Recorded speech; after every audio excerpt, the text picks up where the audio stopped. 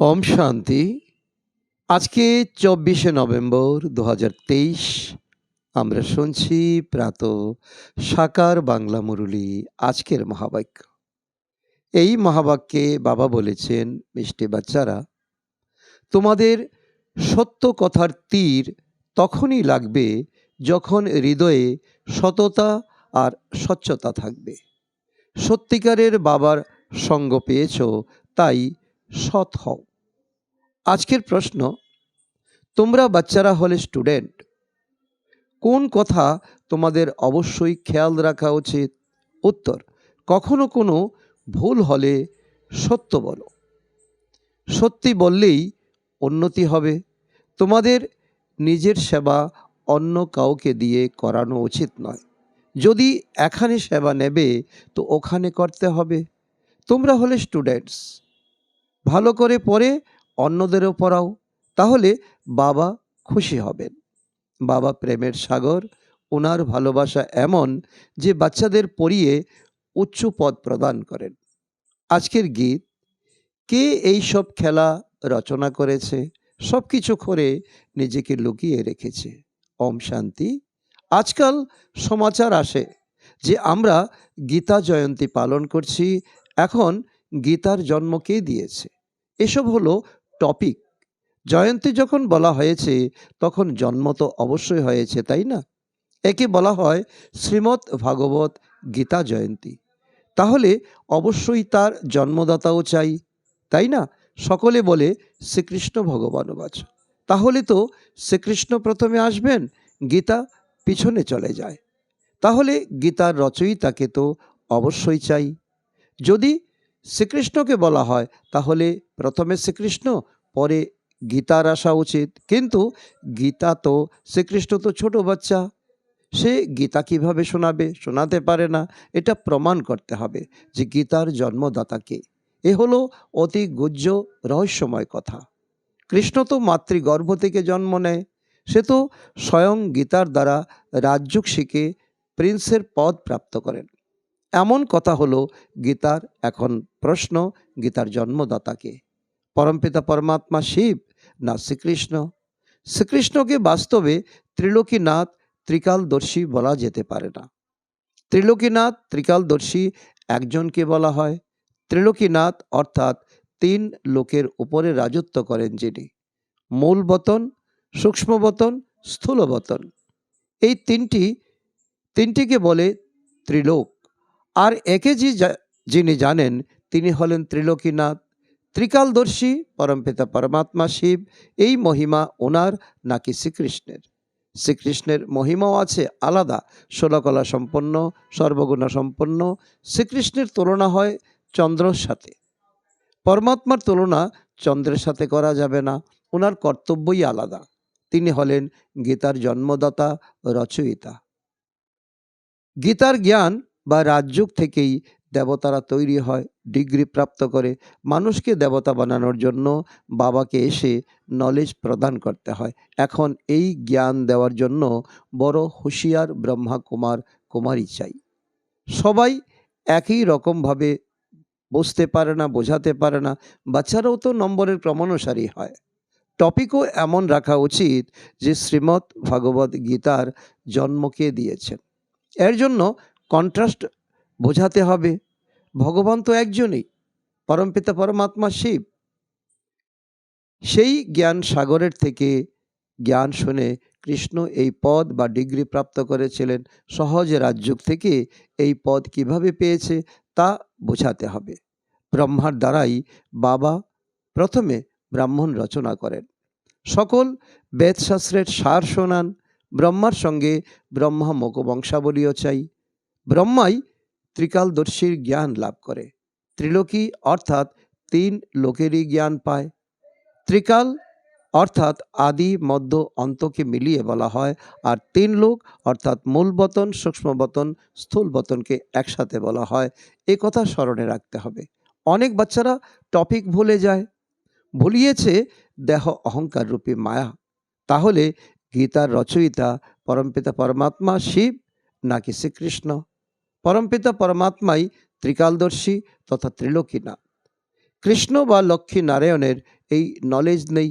হ্যাঁ, যারা এই নলেজ বাবার থেকে পেয়েছে তারা বিশ্বের মালিক হয়ে গেছে।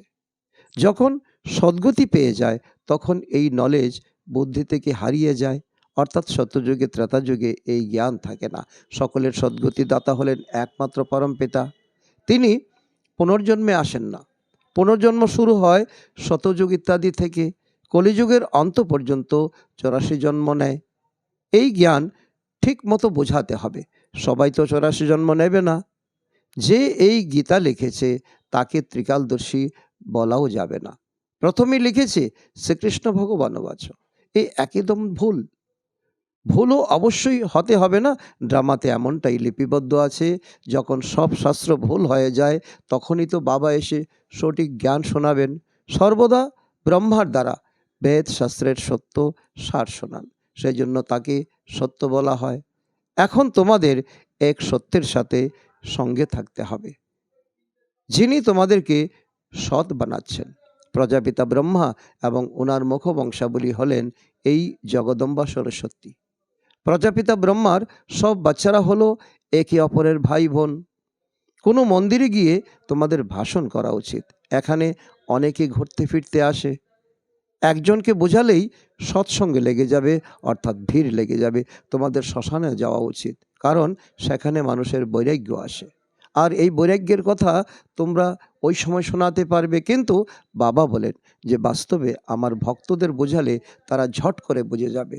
তাই শিব বাবার মন্দির, লক্ষ্মীনারায়ণের মন্দির, রাম সীতার মন্দিরে তোমরা যেতে পারো।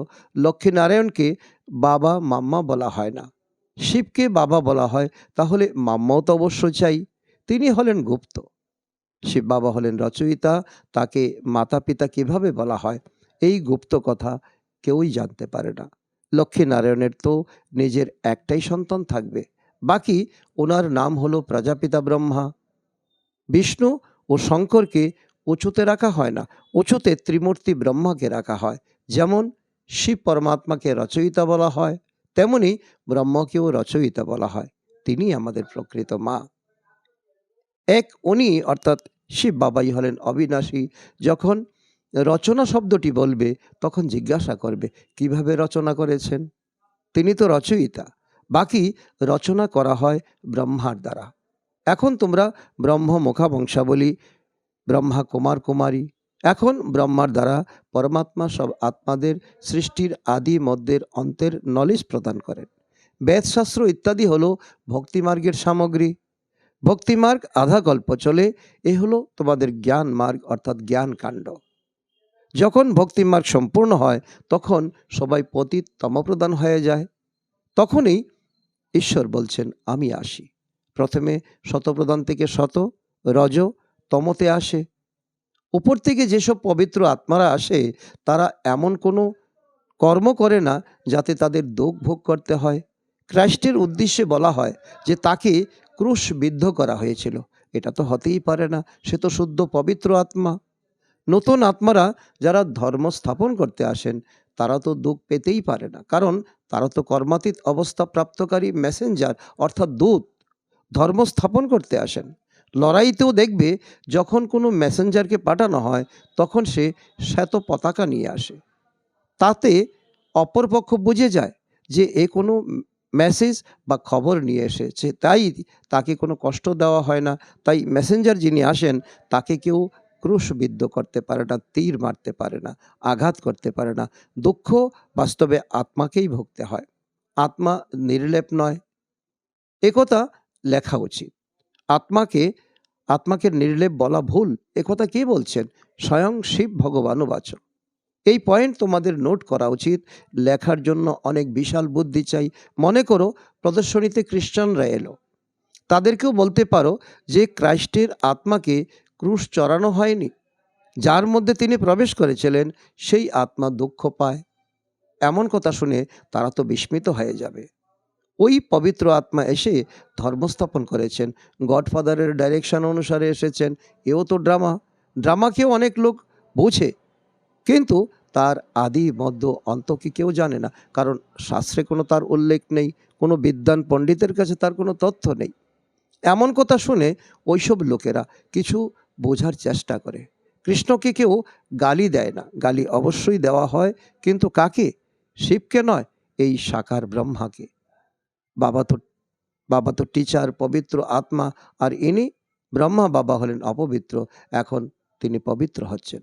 যে বুঝবে সে কোনো সংশয় প্রকাশ করবে না, আর তা না হলে লোকেরা মনে করবে তো এ তো শেখানো বলি, শেখানো কথা, তখন তাকেও গ্রহণ করতে পারবে না, তীর নিশানায় লাগবে না।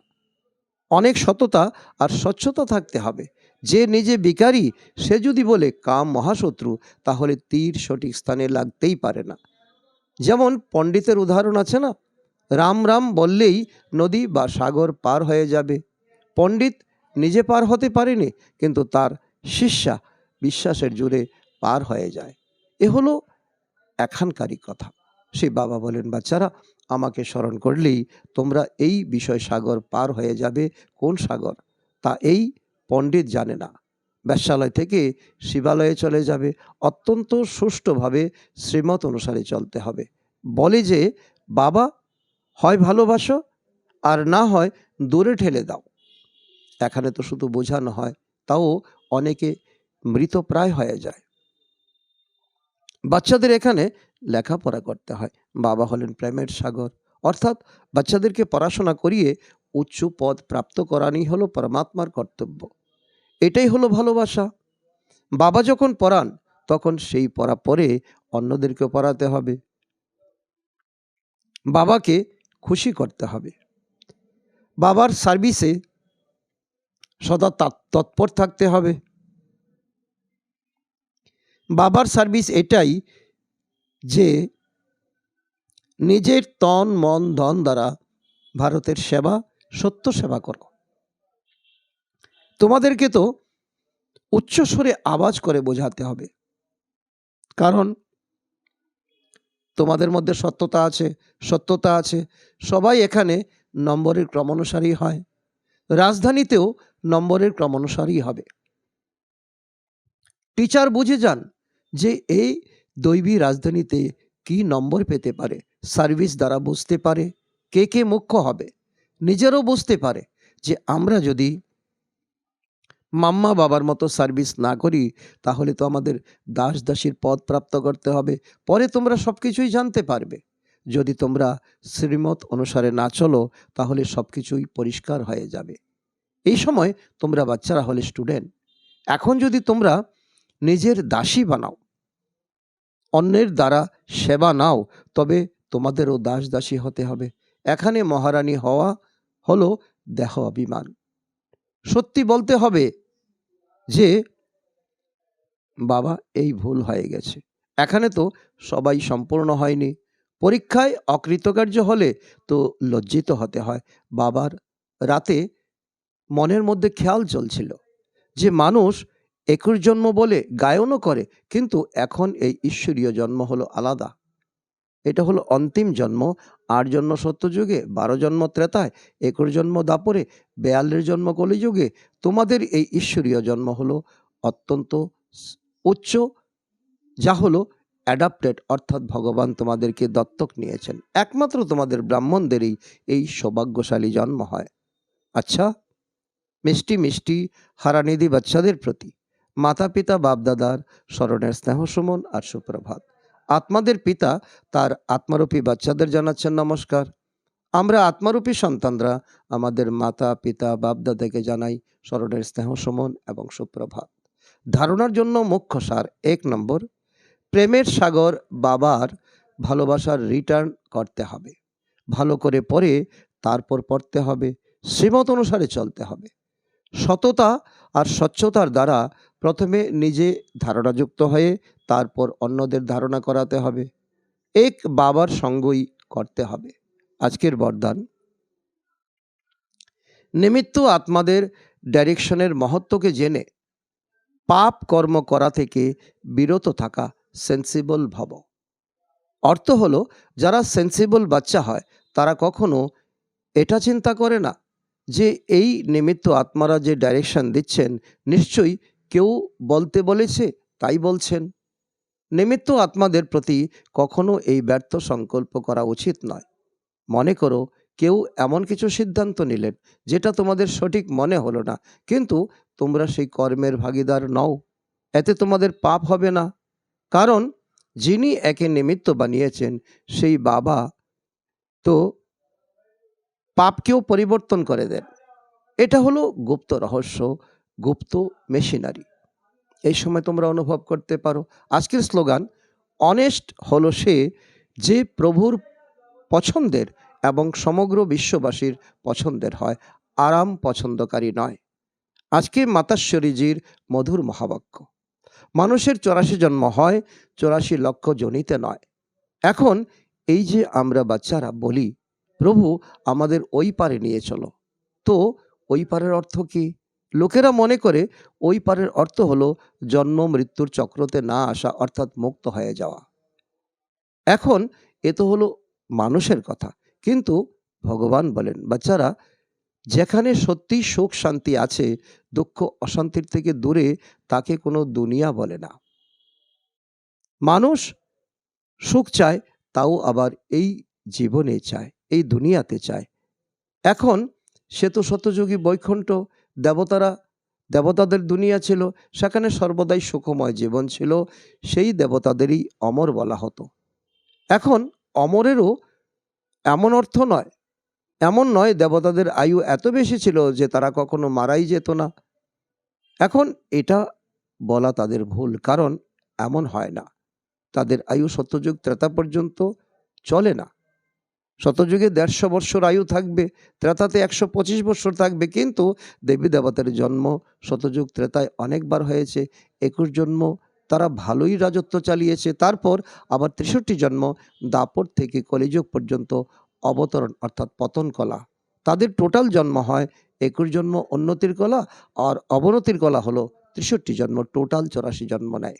কিন্তু এই যে মানুষ মনে করে যে মানুষ 84 লক্ষ জনই ভ্রমণ করে, এমনটা বলা একেবারে ভুল।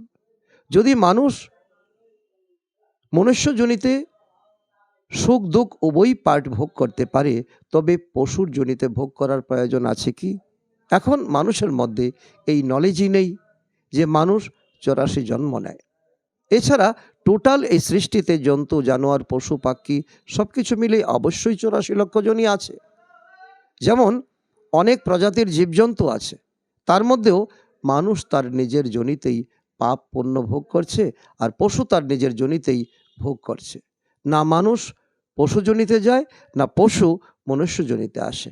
মানুষ তো নিজের জনিতেই অর্থাৎ জন্মতে দুর্ভোগ ভোগ করে, তখন তাদের দুঃখ সুখের অনুভব আসে। তেমনি পশুরও তাদের নিজের জনিতে দুঃখ ভোগ করে, কিন্তু তাদের এই বোঝার বুদ্ধি নেই যে কোন কর্মের ফলে তারা এই ভোগান্তি, তাদের এই ভোগান্তি হয়। তো ভোগের অনুভবও মানুষই করে, কারণ মানুষ বুদ্ধিমান হয়। এছাড়া এমন নয় যে মানুষ 84 লক্ষ যোনি ভ্রমণ করে। অচেতন গাছপালাও আপন যোনিতে আসে।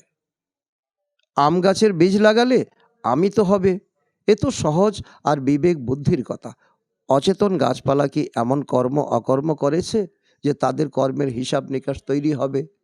যেমন দেখো, গুরু নানক সাহেব এমন মহাবাক্য উচ্চারণ করেছেন, অন্তিমকালে যে ব্যক্তি পুত্রকে স্মরণ করতে করতে মারা যাবে, সে শুয়োরের যোনিতে আসে। কিন্তু এ কথার অর্থ এটা নয় যে মানুষ শুয়োরের যোনিতে আসবে, কিন্তু শুয়োরের অর্থ হলো মানুষের কাজকর্মই এমন হয়ে যায় পশুর কাজকর্মের মতো, অর্থাৎ পশুর তুল্য হয়ে যায়। এছাড়া এমন নয় যে মানুষ পশু হয়ে যায়। এখন এ তো মানুষকে ভয় দেখানোর জন্য, শিক্ষা দেওয়ার জন্য বলা হয়। তাহলে সঙ্গমের এই সময়ের নিজেকে পরিবর্তন করে পাপাত্মা থেকে পুণ্য আত্মা হতে হবে। এটাই হলো আমাদের পরম শিক্ষা। আচ্ছা, ওম শান্তি।